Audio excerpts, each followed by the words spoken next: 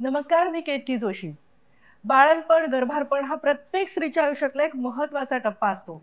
आपलं मूल सुदृढ असावं, चांगलं असावं असं प्रत्येकाला वाटतं.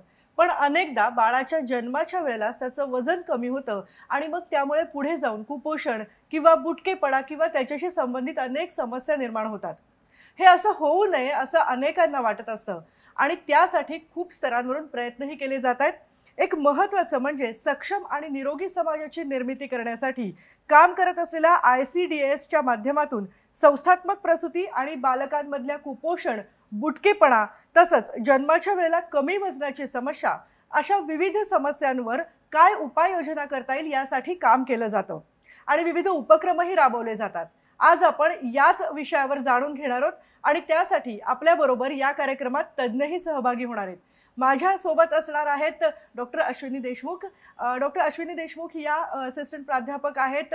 DY पाटील देरूळ इथल्या वैद्यकीय महाविद्यालयात त्या शिकवतात आणि त्याचबरोबर माझ्याबरोबर आहेत प्रख्यात स्त्रीरोगतज्ञ डॉक्टर राजश्री कटके. डॉक्टर राजश्री कटके या ग्रँड शासकीय वैद्यकीय महाविद्यालयामधल्या माजी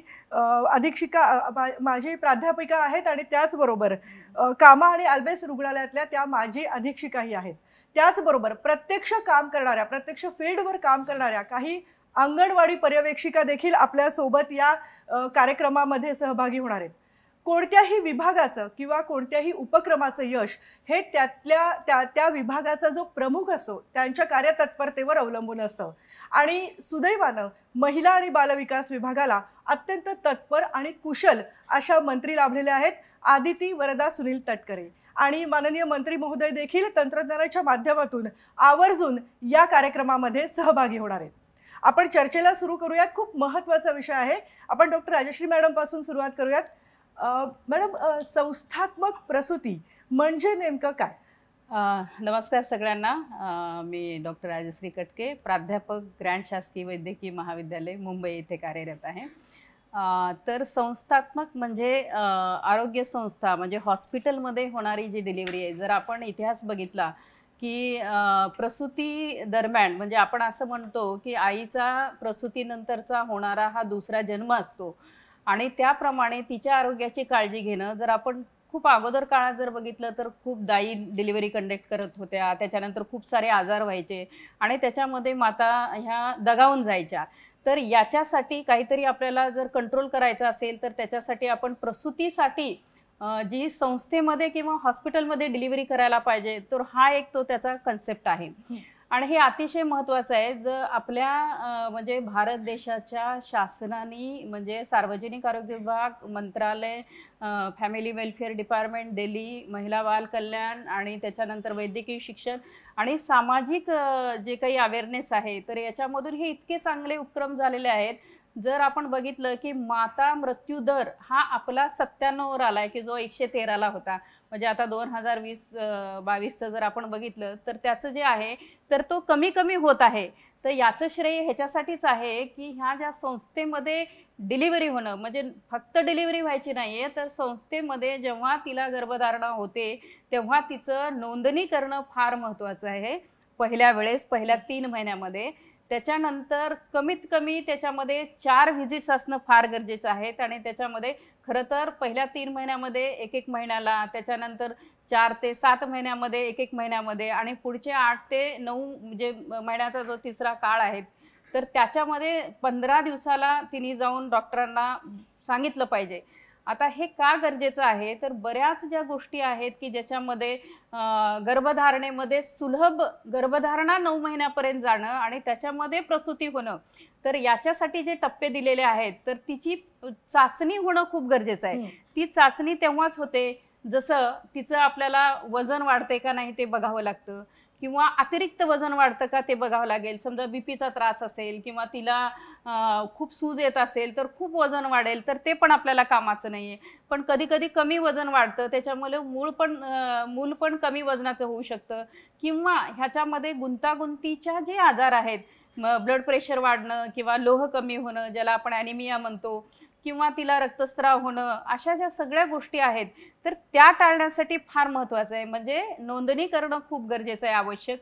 तिची तपासणी होणं गरजेचं आहे. पण एवढ्यावरच नाही, तर ही नोंदणी केल्यानंतर तपासणी होण्याकरता तिथं धोक्याच्या ज्या सूचना आहेत, जसं अंगावर सूज येणं, आपलं रक्त कमी होणं, रक्तस्राव जास्त होणं, तर ह्या सगळ्या काढून त्या नियमित त्याला उपचार करणं आणि मग ती 9 महिने संपूर्ण डिलिव्हरीसाठी ती प्रशस्त होणं आणि त्याच्यानंतर मग डिलिव्हरी ही सुलभ होण्यासाठी, म्हणजे कधी-कधी आता आपण बघितलं की प्रत्येक स्त्रियांचीच नॉर्मल होत नाही. असे 10-20% असतात की ज्याच्यामध्ये आपल्याला गरज लागते, सिझेरियन डिलिव्हरीची लागते किंवा एक्सपर्ट डॉक्टरांची ओपिनियन लागतात. तर हे आपल्याला कळण्यासाठी हे संस्था प्रसूती किंवा संस्थेमध्ये, आरोग्य संस्थेमध्ये तिची नोंदणी होऊन तिला 9 महिने ट्रीटमेंट मिळणं हे फार गरजेचं आहे. तर हा कन्सेप्ट आहे त्याच्यामागे. मॅडम, संस्थात्मक प्रसूती तुम्ही संकल्पना तर खूप छान समजावून येस. सांगितले, पण नाव नोंदणीपासून ते प्रसूतीपर्यंतचं ट्रॅकिंग यामध्ये होतं, त्यामुळे गोष्टी आणखी सुकर झाल्यात का? आणि कुपोषणासारखी जी समस्या आहे त्याच्यासाठी संस्थात्मक प्रसूतीचा कसा उपयोग होतो? कसं आहे की जेव्हा आपण पहिल्या 3 महिन्यामध्ये जे रजिस्ट्रेशन करतो, तर ती नोंदणी केल्यानंतर आपल्या लक्षात येतं की बाबा की तिला म्हणजे तिला काही अडचणी असतील तर त्या अडचणी त्या दूर होण्यासाठी. तर पहिल्या 3 महिन्यामध्ये ज्या समस्या असतात की खूप उलटी होणं, अति उलटी होणं, त्याच्यानंतर ती न खाणं, चक्कर येणं, थकवा येणं, तर त्याच्यासाठी आपण त्यांना ट्रीटमेंट देऊ शकतो. त्याच्यानंतर 3 महिन्यानंतर जर आपण बघितलं की बाळाची वाढ होते आणि आईचं वजन पूर्ण 9 महिन्यामध्ये कमीत कमी 11 ते 12 किलो असं वजन वाढलं पाहिजे, की ज्याच्यामध्ये पहिल्या 3 महिन्यामध्ये ती खात नाही, उलट्या होतात म्हणून 1 ते 2 किलो, त्याच्यानंतर 3 किलो किंवा 3 ते 4 किलो असं म्हणजे एक 10 ते 11 किलो वजन हे वाढलं पाहिजे. तर ह्याच्यामुळे काय होतं की बाळाची वाढ किती होते ते आपल्याला लक्षात येतं. त्याच्यानंतर नुसती नोंदणी होऊन उपयोगाची नाही, तर बेसिक जेव्हा पहिल्या वेळेस ती येते तेव्हा रक्ताची तपासणी करणं फार गरजेचं आहे. जसं ब्लड ग्रुप आज आपण बघितलं मागच्या जर आता आपण एक 20 वर्षापूर्वी जर पाहिलं तर रक्तगट हा जर निगेटिव्ह असेल तर रक्तगट निगेटिव्ह असल्यामुळं त्याला ते इंजेक्शन न मिळाल्यामुळे त्याच्यामुळे बऱ्याच बालकांचा मृत्यू व्हायचा आणि आईलाही त्याचा त्रास व्हायचा. तर आता जर आपण पाहतो की आपण इमिजिएटली त्याचा रक्तगट बघतो, निगेटिव्ह असेल तर त्यांना आपण इंजेक्शन देतो. तर तो हा असा फायदा आहे. दुसरी महत्त्वाची गोष्ट की त्याच्यामध्ये हिमोग्लोबिनचं प्रमाण किंवा लोहचं किती आहे. समजा ती पहिल्याच 3 महिन्यामध्ये आली आणि तिचं हिमोग्लोबिन 6 ग्रॅम आहे किंवा 4 ग्रॅम आहे, तर तुम्ही इमिजिएटली त्याला ट्रीटमेंट देऊ शकता. मग ती तशीच घरी राहिली तर त्याला आपल्याला काहीच करता येत नाही आणि मग अशा प्रकारे माता मृत्यू प्रकरण जास्त वाढतात. त्याच्यामुळे लघवीचा तपास होणं, लघवीमध्ये शुगरचं आणि प्रोटीनचं किंवा अल्ब्युमिनचं प्रमाण ते जास्त वाढलेलं आहे का ते बघणं ते फार गरजेचं आहे. ब्लड त्याच्यानंतर मग काही इन्फेक्शन असतात की ज्याच्यामध्ये आता आपण HIV सारखे इन्फेक्शन आहेत, HBsAg सारखे आहेत, VDRL अशा ज्या बेसिक तपासण्या असतात तर त्या आपण त्या तपासण्या करतो. म्हणजे नुसती नोंदणी नाहीये, तर ह्या तपासण्या आणि दर महिन्याला आपल्याला तिच्यामध्ये काही तिला वाढ होते का, तिच्या वजनात वाढ होते का, बाळ नीट वाढतं का किंवा तिला कुठलं इन्फेक्शन आहे का किंवा तिला अंगावर सूज आहे का, तिचं बीपी वाढलेलं आहे का, का गुंतागुंताचे काही प्रश्न निर्माण होत आहेत. तर या सगळ्या कारणासाठी आपल्याला 9 महिने तिला तपासणं फार गरजेचं आहे आणि मग त्याच्यानंतर आपल्याला डिलिव्हरीसाठी मग तो आपण वेगळा म्हणजे त्याच्यामध्ये आपण तिची सगळ्यात महत्त्वाचं असं आहे की स्त्रियांची आपण जर बघितलं की आपल्या इथं ॲव्हरेज एक 5'1", 5'2" पर्यंत असतात, पण बऱ्याचशा स्त्रिया आपल्या 5 फूट किंवा त्याच्या खाली पण असतं.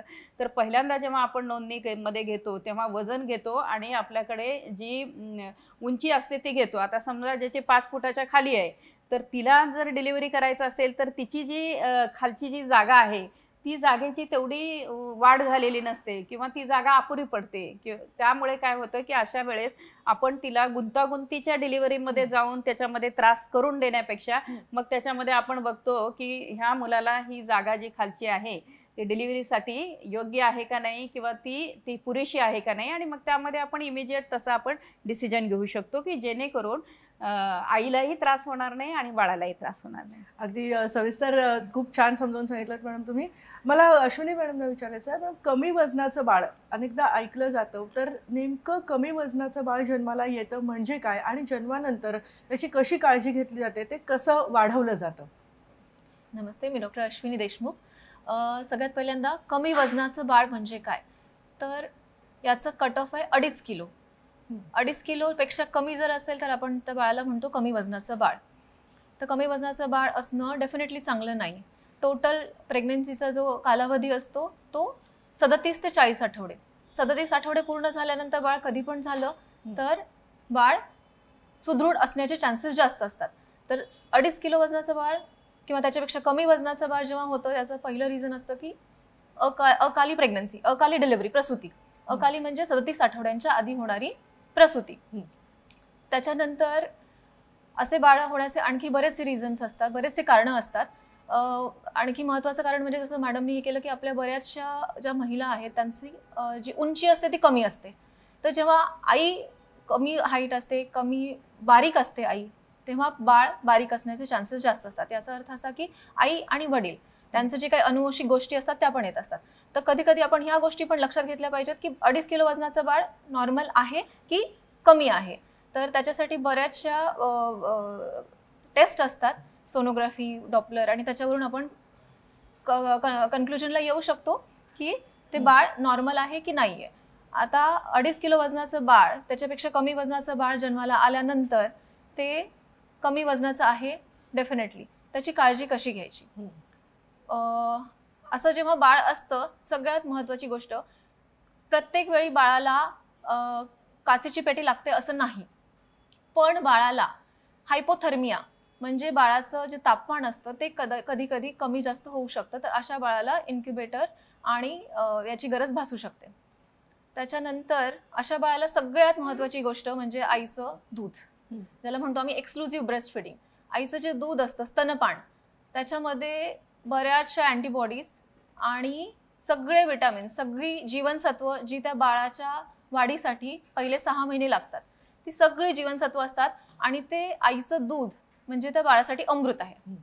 तर सगळ्यात महत्त्वाचं जेव्हा कमी वजनाचं बाळ असतं त्याच्यासाठी आईचं दूध. पण आईचं दूध येण्यासाठी आईचा आहार, प्रसूतीनंतर आईचा आहार पण समतोल पाहिजे.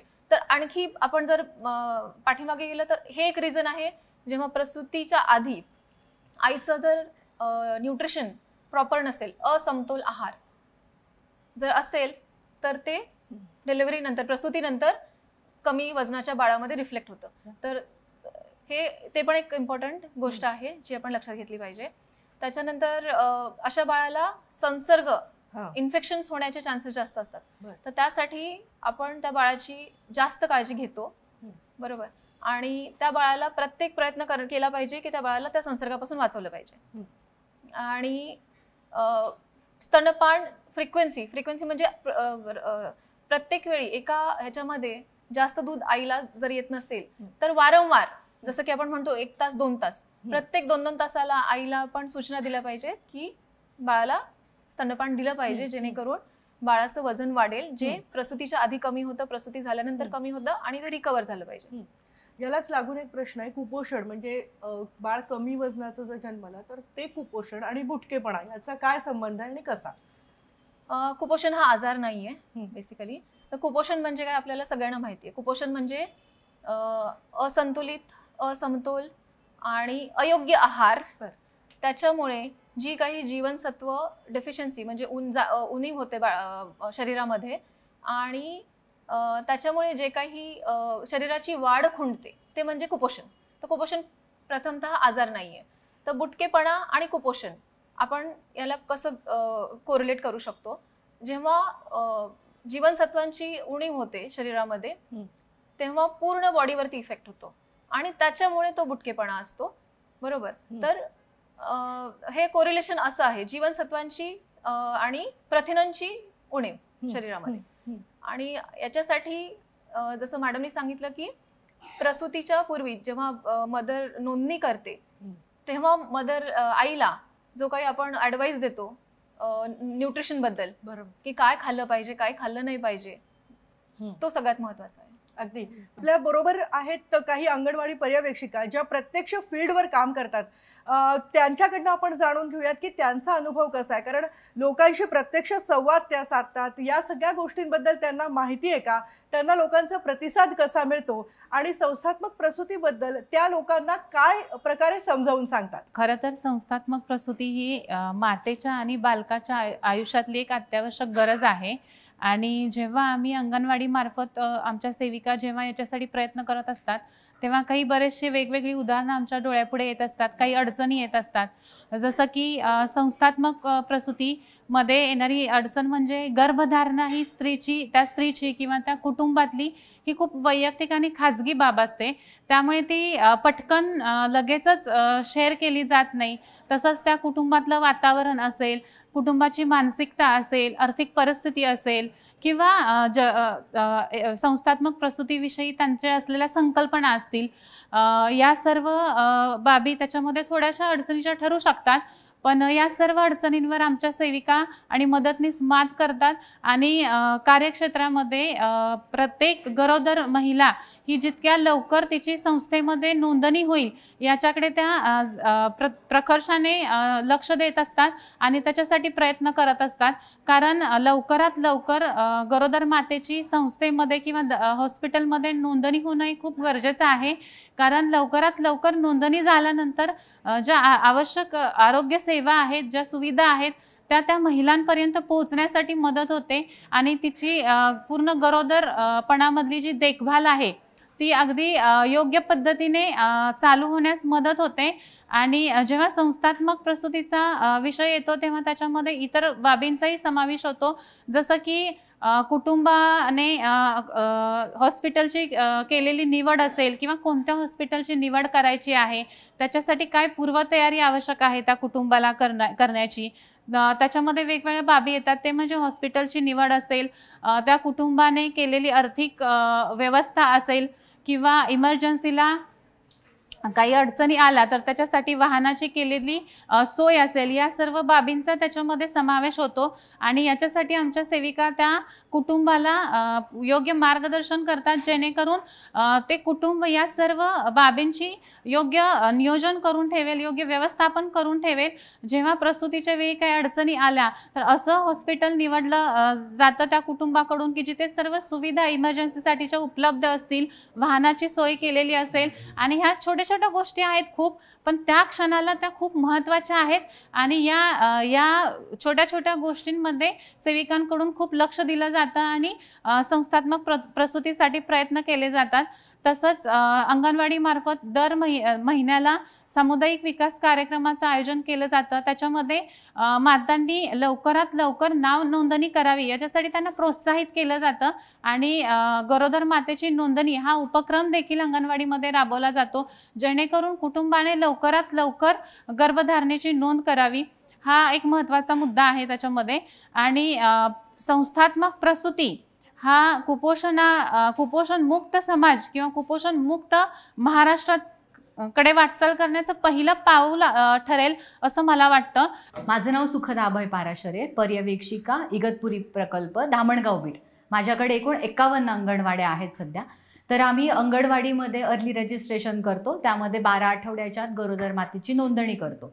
गरोदर मातेची नोंदणी झाल्यानंतर मी सगळ्या अंगणवाडी सेविकांना सूचना केलेली आहे आणि त्यांना आम्ही कंटिन्यू मार्गदर्शन करतो की अर्ली रजिस्ट्रेशन झाल्यानंतर लगेचच आपल्याला अंगणवाडीच्या ज्या सेवा आहेत त्या देणं सुरुवात करायची आहे. तर त्याच्यामध्ये महत्त्वाची आमची योजना आहे की अमृत आहार.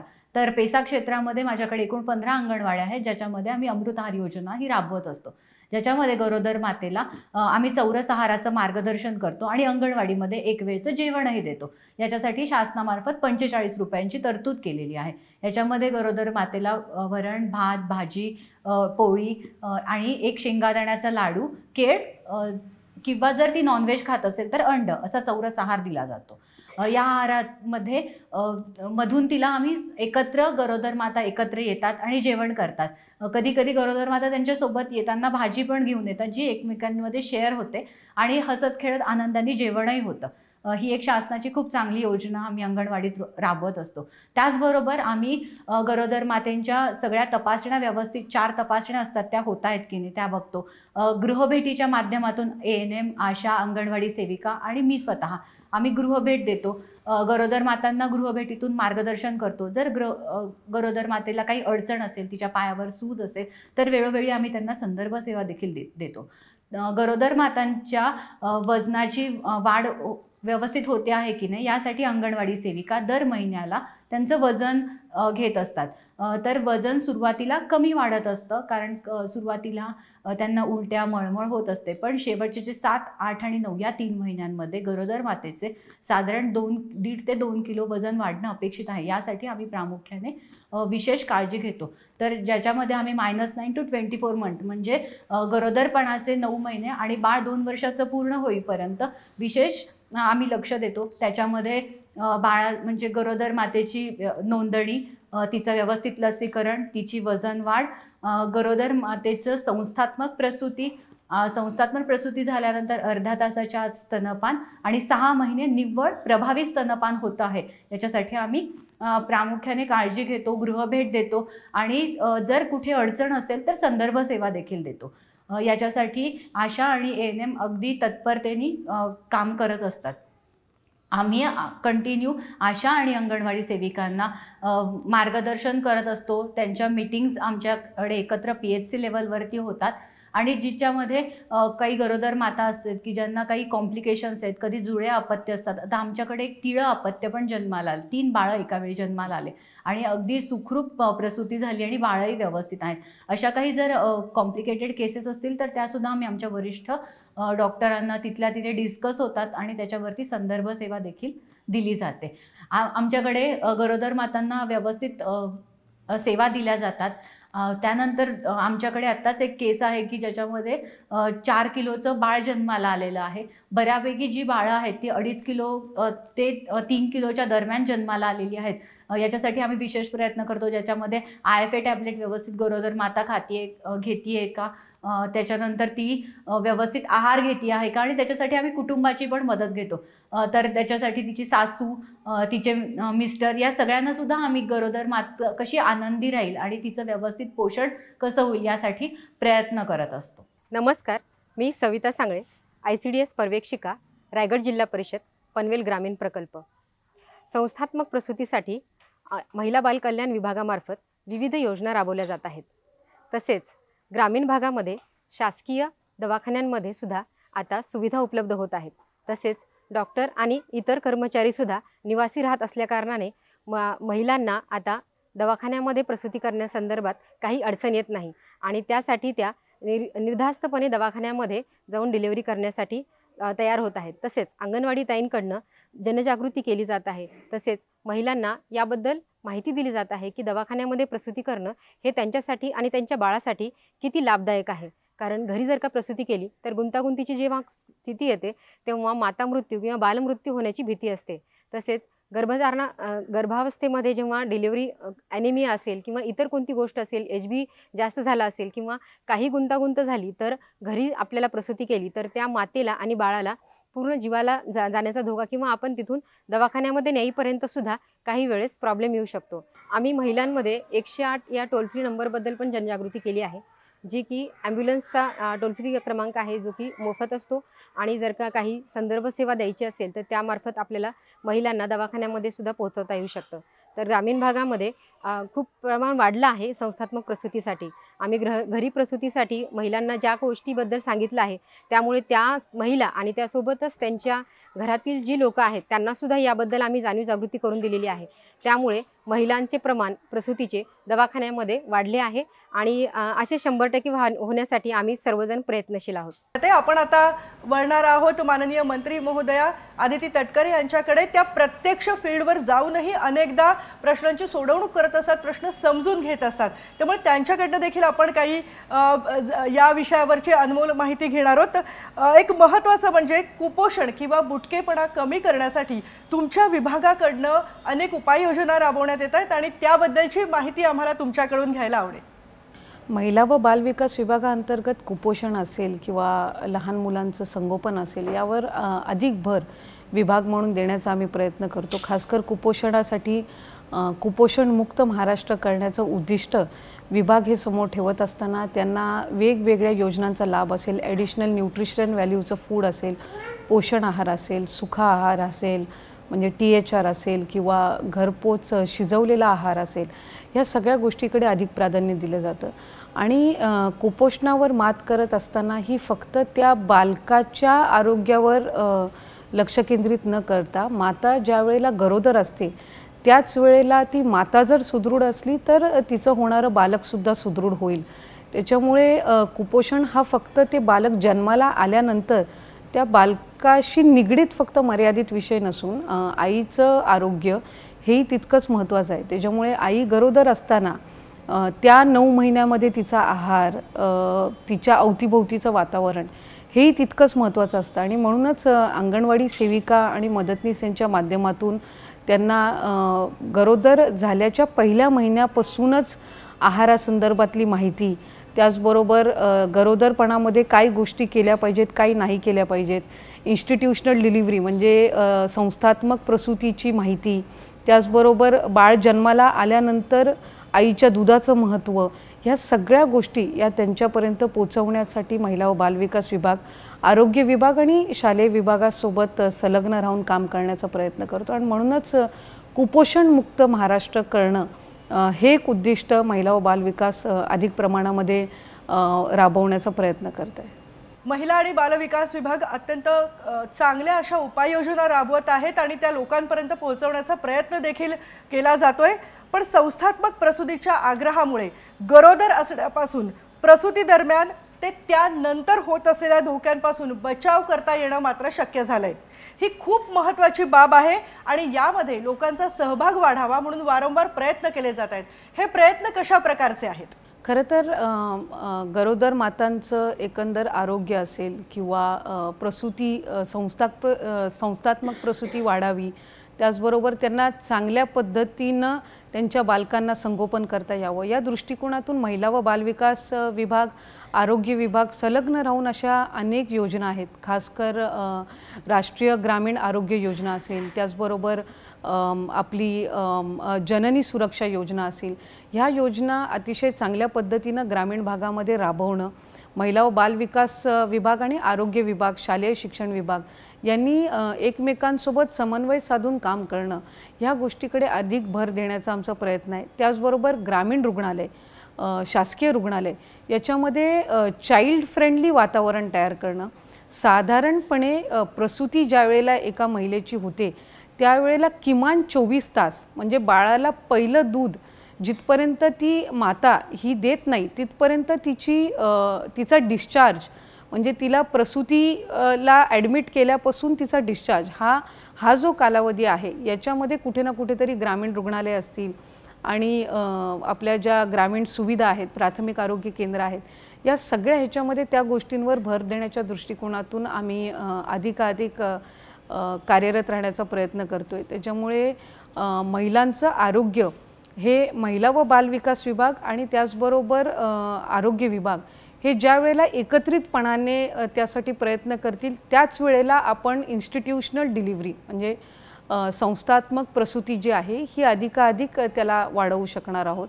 आणि म्हणूनच या सर्व ज्या योजना आहेत राज्याच्या आणि केंद्र शासनाच्या या काटेकोरपणे राबवण्याचा विभागाचा प्रयत्न आहे. धन्यवाद आदितीजी. खूप कुशल आणि अत्यंत जाणीवपूर्वक संवेदनशीलपणे लक्ष देणाऱ्या मंत्री महोदयांनी आपल्याला आपल्या प्रश्नांची उत्तरं दिलेली आहेत आणि कशा प्रकारे महिला बालविकास विभाग या प्रश्नामध्ये काम करतोय हे आपल्याला दिसून आलंय.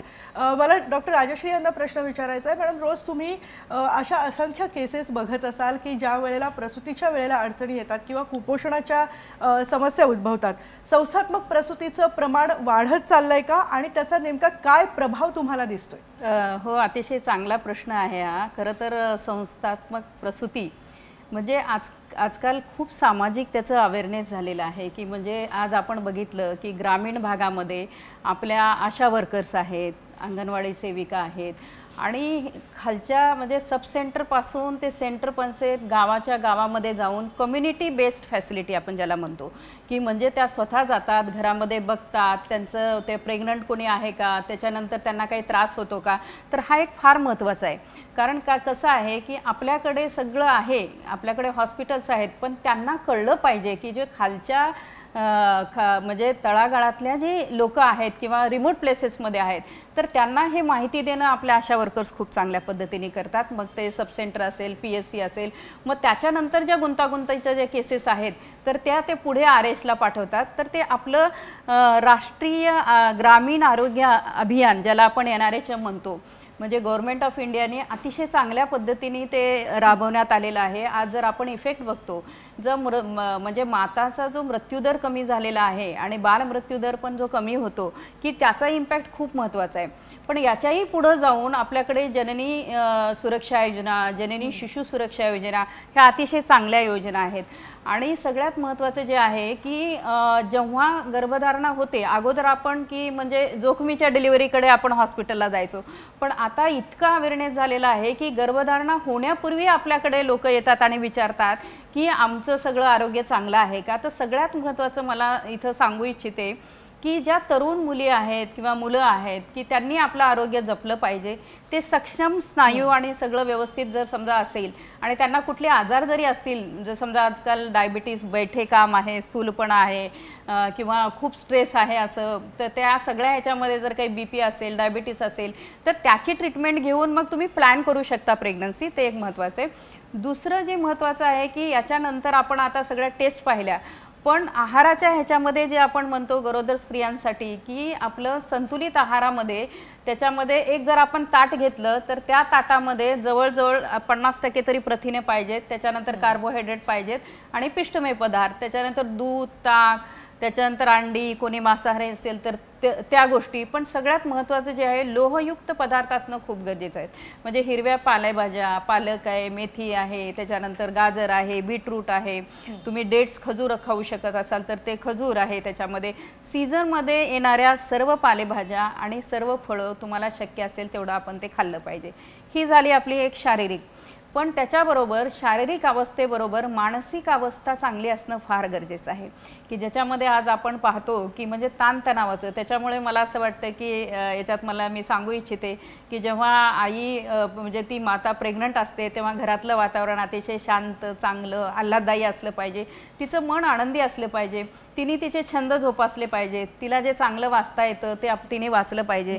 जर आपण बघितलं महाभारतामध्ये तरी अभिमन्यूला म्हणजे आपल्याला ते वैज्ञानिक आता पण गर्भसंस्कार आपण ज्याला म्हणतो तर ह्या सगळ्या गोष्टी पण फार गरजेच्या आहेत की म्हणजे फार स्पेशल करण्याची गरज नाही आहे.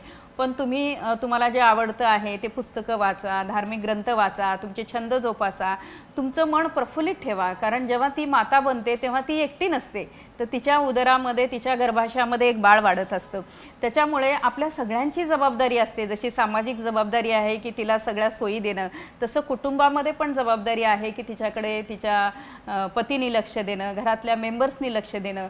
आणि हे सगळं होत करत मग तिचं जे शारीरिक आणि मानसिक जे आरोग्य आहे तर ते आरोग्य खूप चांगलं झालं की मग ती तिथपर्यंत जाते. आता उरला प्रश्न तो 9 महिने चांगले झालेले आहेत. याच्यामध्ये सोनोग्राफीचाही फार चांगला रोल आहे. विज्ञान बघा, विज्ञानामध्ये बरेच जे शोध लागलेले आहेत त्याचा योग्य तो वापर केल्यानंतर आपल्याला फार चांगले फायदे होतात. जसं आपण बघितलं की अगोदरच्या काळात बरेच मुलं व्यंग जन्माला यायचे, पण ते आजच्या काळामध्ये होत नाहीत. कारण ते आपण सोनोग्राफीने ते व्यंगता असेल तर त्याच्यामध्ये हृदयाची असेल, किडनीची असेल किंवा पाठीची असेल, मेंदूची असेल, म्हणजे अशा असंख्य आहेत. तर त्या असल्या तर आपल्याला सगळ्यात चांगल्या पद्धतीने ते कळता येतं. मग त्या आईला अधिकार असतो की ते हे मूल आपल्याला वाढवता येतं किंवा ते राहील किंवा नाही राहील. तर हा एक फार चांगला विज्ञानाचा आपल्याला म्हणजे मदत झालेली आहे, शोध झालेली आहे. आणि सरकार प्रत्येक वेळेस याच्यामध्ये ना खूप चांगले चांगले प्रोग्राम्स आहेत आपल्याकडे. जसं आपण ॲनिमियाचं प्रिव्हेन्शनसाठी म्हणतो, लोहयुक्त. जर आपण सरकारी दवाखान्यात जर बघितलं तर त्याच्यामध्ये आपल्याकडे सगळीकडे की आपल्या लोहयुक्त गोळ्या आहेत, त्याच्यानंतर फोलिक ॲसिडच्या गोळ्या आहेत, त्याच्यानंतर तिला डिवर्मिंग होऊ नये म्हणजे वर्म्स इन्फेस्टेशन त्याला काय म्हणतात, जंतू पोटामध्ये कृमी वगैरे असं होऊ नये म्हणून त्याच्यासाठी पण गोळ्या आहेत. म्हणजे इतक्या सगळ्या सुविधा दिलेल्या आहेत आणि या सगळ्यांचा परिणाम म्हणून की आपल्याकडे बऱ्याच वेळेस आता याचं प्रमाण खूप वाढलेलं आहे. म्हणजे जवळजवळ नाही म्हणलं तरी आपण 97-98% तरी महिला कधी ना कधी म्हणजे त्यांच्या प्रेग्नन्सीमध्ये डॉक्टरांना जाऊन भेटतात आणि आपले बरेच प्रयत्न आहेत. आज आपण बघितलं 2030 मध्ये आपले गोल्स आहेत की त्याच्यामध्ये आपलं माता मृत्यू म्हणजे प्रमाण आहे ते 70च्या पर्यंत जावं. तुम्ही जगामध्ये जर असं बघितलं, जर 2 मिनिटाला एक महिलेचा मृत्यू होतो, म्हणजे असं एक ढोबळमानाचा अंदाज आहे. आणि याच्यामध्ये प्रगतिशील देशापेक्षा जर जास्त मृत्यूचं जे प्रमाण आहे की ज्याच्यामध्ये लो इन्कम किंवा मिडल इन्कमचे जे देश आहेत त्याच्यामध्ये जास्त होतं. पण आपल्या भारतामध्ये ह्या सगळ्या योजना आहेत, हे सगळं हेल्थ सेक्टर इतकं चांगलं असल्यामुळे आपण सक्सेसफुल झालेलो आहेत. आणि डेफिनेटली याचं श्रेय म्हणजे सगळ्याच म्हणजे सरकारी यंत्रणांना आपल्या माननीय पंतप्रधान म्हणजे मोदी सरांनी पण खूप चांगल्या आपल्या संकल्पना केलेल्या आहेत. आरोग्य विभाग आहे, महिला बाल कल्याण मॅडमचं पण आम्ही बऱ्याच वेळेस पाहतो, तटकरे मॅडम पण आदरणीय, त्या पण खूप फील्डवर जाऊन खूप चांगलं काम करतात. तर हे फार महत्त्वाचं आहे. ही सगळी घटक मिळून ह्याच्यामध्ये की आपल्याला स्त्रियांच्या आरोग्यावर गर्भधारणेमध्ये पूर्वी, त्याच्यानंतर आणि आणखीन डिलिव्हरीमध्ये हे आपल्याला चांगल्या पद्धतीने ट्रीटमेंट आरोग्य उपचार देण्यात येत आहेत. अगदी मला अश्विनी मॅडमने विचारायचं आहे, जसं मॅडमने सांगितलं एवढी सगळी काळजी घेऊनही अनेकदा अकाली प्रसूती होते. तर अकाली प्रसूती म्हणजे नेमकं काय आणि त्याच्यासाठी काय काळजी घ्यावी, म्हणजे अकाली प्रसूती होऊ नये यासाठी काय काळजी घेतली जावी? अकाली प्रसूती आपण आता डिस्कस केलं त्याच्याप्रमाणे 37 आठवड्याच्या आधी कुठल्या पण गरोदर मातेची प्रसूती होणं ही अकाली प्रसूती आहे. अकाली प्रसूती होण्याचे प्रत्येक महिन्यात पहिला 3 महिने, दुसरे 3 महिने असे बरेचसे कारणं असतात. तर आपण काही प्रमाणापर्यंत ते प्रिव्हेंट करू शकतो. तर अकाली प्रसूती होणे टाळण्यासाठी आईमधले, गरोदर मातेमधले जे काही कॉम्प्लिकेशन्स आहेत आपल्याला त्याच्यावरती फोकस करणं गरजेचं आहे. जसं की सगळ्यात कॉमनली आपण जे बघतो तर ब्लड प्रेशर वाढणं, बरोबर, तर त्याला आम्ही आमच्या मेडिकल लँग्वेजमध्ये प्रीक्लाम्शिया म्हणतो. तर हे प्रिव्हेंटेबल आहे. आणि आपण जे म्हणतो की प्रसूती पूर्वी जे गरोदर असतानाचं जे ट्रेनिंग चेकअप होतं, मातेचं जे चेकअप होतं ते फ्रिक्वेंटली झालं पाहिजे, ते बऱ्याचदा झालं पाहिजे. नोंदणी आणि नोंदणीनंतर त्याचं वारंवार चेकअप. आणि प्रत्येक वेळी जेव्हा आम्ही पेशंटचं चेकअप करतो, गरोदर मातेचं चेकअप करतो, तेव्हा ते आम्ही जर ब्लड प्रेशर, वजन आणि काही ब्लड टेस्ट, इन्व्हेस्टिगेशन्स हे आम्ही पडताळतो. आणि त्याच्यामध्ये जर काही आलं तर आमचं डायग्नोसिस होतो आणि आपण इमिजिएटली ट्रीटमेंट स्टार्ट करून ते प्रिव्हेंट करू शकतो अकाली प्रसूती होणं. जसं सगळे गरोदर मातेमधले मेडिकल डिसीजेस, जसं डायबिटीज असणं, गरोदरपणात उद्भवणारा डायबिटीज, गरोदरपणात उद्भवणारं ब्लड प्रेशर, हे प्रिव्हेंटेबल आहे. आणि त्याच्यासाठी प्रिव्हेंशनसाठी आपल्याला प्रॉपर सल्ला, प्रॉपर ॲडवाइस हे पण खूप गरजेचं आहे. आणि अगदी त्यासाठी संस्थात्मक प्रसूतीचा नक्कीच उपयोग होत असेल. यामुळे ही जी लहान मुलं जी जन्माला येतात, आता जर आपण बघितलं की 34 आठवड्याच्या अगोदर जी मुलं जन्माला येतात, जनरली ह्या मुलामध्ये वजन कमी असणं हा तर प्रकार आहेच आहे. पण ते जन्मल्यानंतर ते जे फुफ्फुसानंतर जे त्याचं श्वसन सुरू होतं तर त्याचा जास्त प्रॉब्लेम असतो. कारण कसं आहे, सर्फॅक्टंट नावाचं एक आपल्या फुफ्फुसामध्ये एक हे असतं, तर त्याच्यामुळे श्वासोश्वास बाळ जेव्हा जन्मतं तेव्हा स्वतः श्वासोश्वास घेऊन स्वतःचं जीवन सुरू करणं याला आपण म्हणतो सक्षमता त्याच्यामध्ये, बरोबर आहे. तर ही जी आहे 34 आठवड्यापर्यंत ती कंप्लीट होते. पण जर आपण बघितलं आजकाल आपले नवजात शिशु विभाग हे खूप चांगले झालेले आहेत. तर जवळजवळ 28 आठवड्यापासून ते 32 आठवड्यापर्यंत पण आपण डिलिव्हरी झाली तर ती मुलं वाचतात बेसिकली. पण ह्या मुलामध्ये काय प्रॉब्लेम असतो की त्यांना श्वसनाचे त्रास होतात. दुसरी गोष्ट त्यांना मग त्यांची गॅस्ट्रिक जे असतं ना, ते आतडे कमकुवत असतात, त्याच्यामुळं त्याचे इन्फेक्शन जास्त होतात. आणि तिसरं महत्त्वाचं म्हणजे की त्यांची शुगर कमी होते, त्याला आम्ही हायपोग्लायसिया म्हणते, कॅल्शियमचं प्रमाण कमी होतं किंवा हायपोथर्मिया होतो. तर हे सगळं टाळायचं असेल तर तिला 9 महिन्यामध्ये तिला चांगली ट्रीटमेंट देणं फार गरजेचं आहे. आणि जरी झालं तरी त्यांचे खूप चांगले आपले नवजात शिशु आहेत. म्हणजे मी माझ्या इथं डिलिव्हर केलेलं 750 ग्रॅमचं बाळपण ते फार मोठं झाल्यानंतर म्हणजे असं होतं त्याच्यामध्ये. तर विज्ञानाची प्रगती पण चांगली आहे, शासनाचे प्रोग्राम्स पण चांगले अगदी आहेत. तेच सांगायचं की त्याच्यामुळे. ICDS चे अथक प्रयत्न आहेत आणि त्याचबरोबर शासनाच्या विविध योजना आहेत, आपल्या अंगणवाडी पर्यवेक्षिका आहेत, तुमच्यासारख्या डॉक्टर्स आहेत, या सगळ्यांमुळे माता कुपोषण त्याचबरोबर जन्माला येणाऱ्या बाळाचं कुपोषण हे या केसेस खूप कमी झाल्या आहेत. कारण जर माता चांगली असेल, तिचं आरोग्य चांगलं असेल तरच निरोगी बाळ जन्माला येऊ शकतं आणि त्यासाठी गरज आहे खरं तर खूप मोठ्या स्तरावर आणखी जागरूकता निर्माण होण्याची, जन आंदोलन उभारण्यासाठी. मी आवाहन करते, आम्ही सगळेच जण या कार्यक्रमाच्या माध्यमातून आवाहन करतोय की यासाठीच या जन आंदोलनामध्ये सर्वसामान्य लोकांनी देखील आपला सहभाग वाढवला पाहिजे. धन्यवाद मॅडम तुमच्या दोघींचेही, कारण खूप महत्त्वाच्या प्रश्नावर या दोघींनी आपला अनमोल वेळ देऊन महत्त्वाची माहिती दिली आहे. या कार्यक्रमात आपण इथेच थांबतोय, पण या विषयावर विचार करायला मात्र तुम्ही नक्की विसरू नका.